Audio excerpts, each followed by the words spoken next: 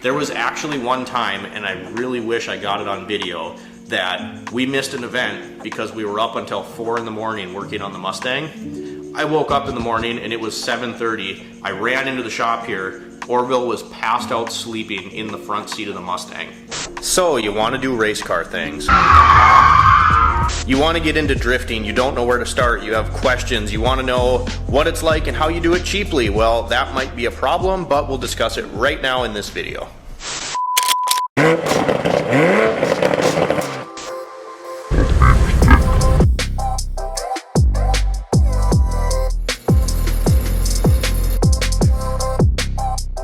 So guys, welcome back to another discussion type video. Today we're going to be talking about what it's like getting into drifting, hurdles you're going to run into, what to expect, all of that kind of stuff. A lot of this information is probably going to encompass a lot of motorsports in general, whether that's drag racing, drifting, dirt track racing, autocross. It's kind of going to cover a lot of those things. We're going to go over why I picked drifting and some of the struggles and surprises that I found along the way. So the first thing I wanted to talk about, and we're going to circle back to this, so remember this point, is that a lot of times, and I'm generalizing here, but a lot of people get into motorsports, drifting, because they're already a car enthusiast. A lot of guys that are out there are mechanics, work in the automotive industry in some kind of capacity. We're going to circle back to that point, but on top of that, this is nothing like working in the automotive field. I'm a mechanic, automotive technician by trade, run my little shop that we're in right now, and it couldn't be any different than general repair. There's, these cars, you're taking a vehicle from the manufacturer and you're developing it into this car that's going to go do slidey things. So I think the first thing you should know if this is something you want to get into, do not do what I did. So what I did is I used what I had. I have an Audi TT Quattro, and we spent a lot of time, there's videos on it, you can go check it out, converting it to a controllable rear-wheel drive setup. The car is essentially stock. Right now I have coilovers on the way and some other suspension parts to start modifying the car. I went out there essentially with a totally stock car because I wanted to make sure that my rear-wheel drive conversion was going to work. But that's going to be the first thing, is finding a car. And as much as I hate to say it, because quite frankly, I'm just kind of sick of seeing them out there, but the Z's, the G35s, those are a great platform to start. Do not do what I did and create more of a headache for yourself than needed. I wanted to see a TT out there, it's a dream of mine, and so we made it happen. But there's a lot easier ways to go about this. Some of the other cars that make decent drift cars but might require a little more work, but they're readily available, would be like your SN95 Mustangs, your new Edges. Now, I say that they are a little bit tougher to deal with because I've built a Mustang drift car with my buddy Orville, and it's a live axle car, so they're pretty squirrely. You get into a Z or a G35 and you just start out of the box kind of thing with a better platform. So you're gonna have to find a car. I think the biggest problem people have though, and what turns them away from the sport, and I saw this even out at my first event, was that people think, I have a rear wheel drive car, I have a welded diff, I'm good to go. Well, you got to remember, these are street cars that you're bringing out to the track. So stuff's going to break bad, and you're abusing these cars. You're pushing them to their limits. These are cars that are designed for the street that you're now taking and modifying and bringing to the racetrack and turning it into a race car, essentially. So if you go out there with your stock Z, your stock Mustang, your stock Audi TT, I think I'm the only one doing that. But if you do these things, these cars are going to break. I didn't see that. We could JB weld that back on. You have, stock internal, stock water pump, stock thermostat, stock suspension. These cars were never designed to do this, so that's going to be the first thing, and kind of the biggest point in this whole video is that you're going to spend money because you're going to break stuff. And I think the wrong question to ask is, people always say, well, how do I get into this cheap?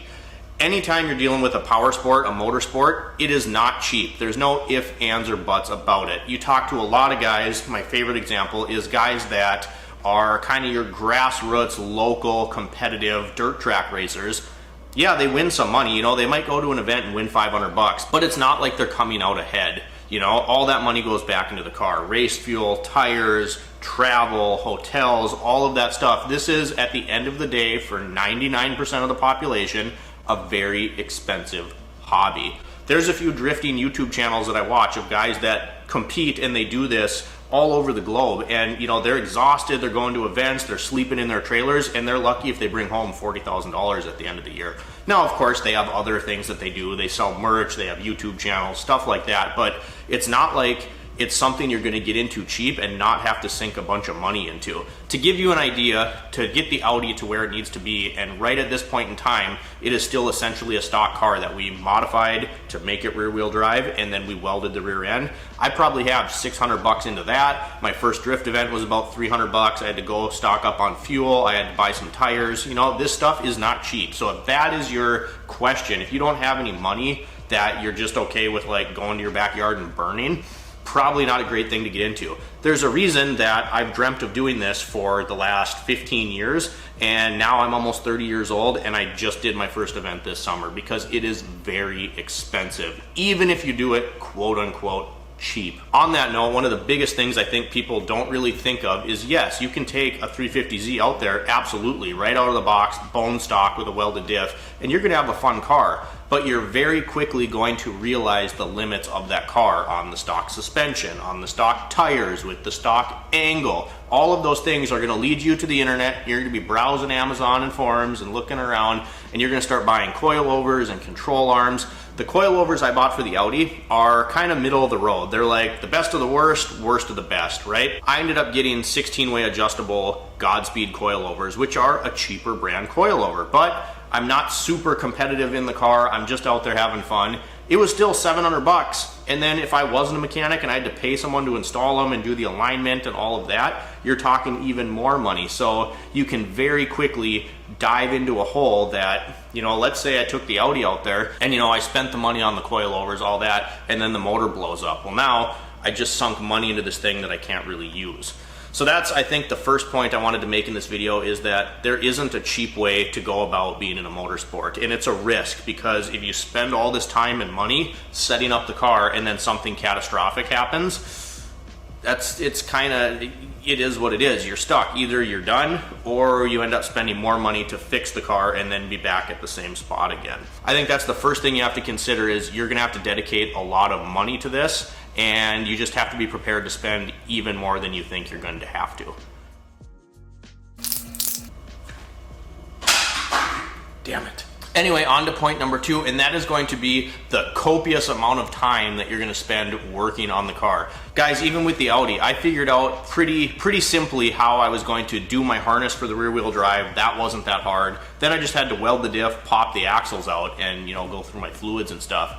I was not prepared for the amount of time that I was going to spend dialing in that car. I mean, we're talking about dozens and dozens of hours, and I was frustrated and I was having meltdowns. I did the whole thing myself, and you're just gonna spend a lot of time doing this. This is gonna segue me to my next point, which in the beginning of the video, I said a lot of the people that are in this sport or this hobby are coming from the automotive field, like us. So I'm already a mechanic. I'm already working on cars constantly every day, including even my daily driver, the Mountaineer. We're always doing stuff with that. To add another, I don't want to call it a chore and make it seem, you know, like a negative thing, but if this is your industry, and then you're also thinking, I want to go beat on a car at the track, I want to go racing, obviously, yeah, that's great, that's amazing, but you have to mentally be prepared. You're going to spend so much time working on this thing.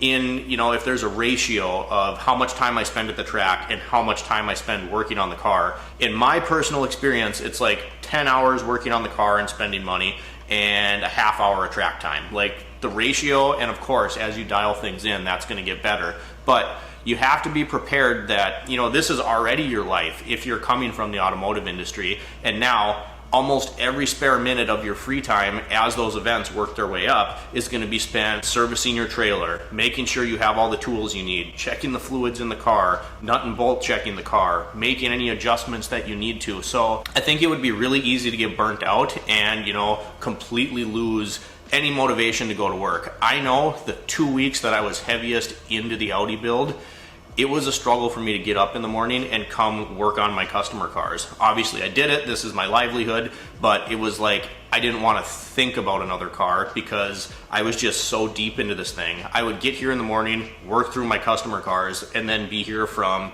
you know, the end of the day, 5, 6, until like sometimes midnight working on the Audi. And then it just, I think that's indirectly it can be a thing that could be really negative. You have to be able to balance your life, and I think most people just have this idea in their head that they're gonna set the car up and then that's it. You know, now I have a race car, I'm gonna go out. Well, on top of spending money you didn't think you were gonna spend, you're gonna spend a lot more time with that race car than you think you are, because it's gonna need attention, it's gonna need maintenance. You have to keep in mind that you are beating the piss out of this car. It's not like you're building a car to go drive around to car shows on Sunday. You're going there and you are beating the crap out of this car. It's gonna need maintenance. Things are gonna break, and especially on a race car, it's like the old saying mechanics say, you either schedule maintenance for your car or your car is gonna schedule maintenance for you, and then it's gonna be worse.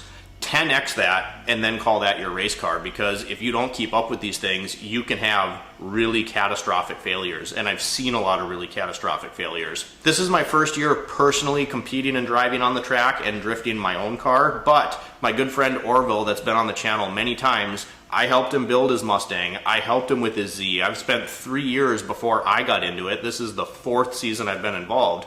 I spent 3 years being his pit crew, doing ride-alongs, dialing in the cars, going and doing alignments, changing the fluids, doing stuff with the brakes, all of that stuff. The amount of time that you will spend working on the car, you have to make sacrifices in other areas of your life. You like fishing? You're probably not going to get out fishing very much. You like golfing? Well, you can forget that too. Go hang out with your friends and have a beer?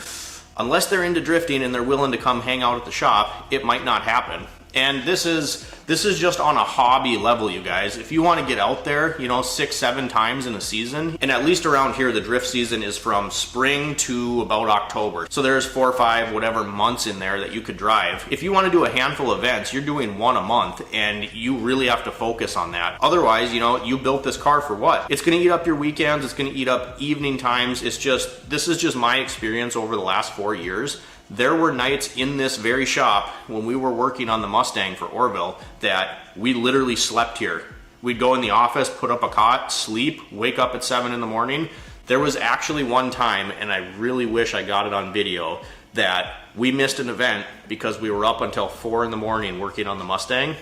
I woke up in the morning and it was 7:30. I ran into the shop here. Orville was passed out sleeping in the front seat of the Mustang. Yeah, passed out sleeping in the seat of the car. So it just takes a lot of time. So I'm not making this video to try to tell you that, you know, you shouldn't do it.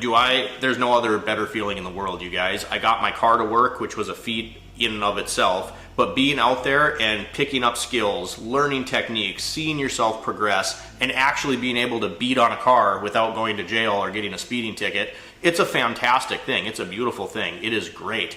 I'm just warning you that it's going to be a lot more effort and a lot more stress than you realize. You know, this isn't collecting stamps. This isn't going and fishing off the shore for a little bit. If you want to get into this hobby, it's very involved, and there's just no other way around it. I hope you guys enjoyed this video, and I hope that this clears up some of the questions that you might have if you want to get into motorsports. Doesn't have to be drifting, could be dirt track racing, autocross, any of those things. I just think from my experience, I wish I could have been more mentally prepared for the amount of time and effort that I had to invest to get the dream to happen. And it's worth it. I'm not saying it's not worth it. I would do it over again. I've enjoyed making videos for you guys. I'm excited to see where my drift car is going to go. You know, I'm excited to see how it's going to handle with new modifications. If you're into cars, it's a way to live the dream, but it is very much a very serious hobby in the fact that you're going to spend a lot of time and effort to get into these things. So if you guys enjoyed this video, please drop me a like and subscribe to the channel. If you have any questions, drop them down below and I'll try to get back to everybody and answer them best I can. Thanks for watching, guys. We'll see you next time.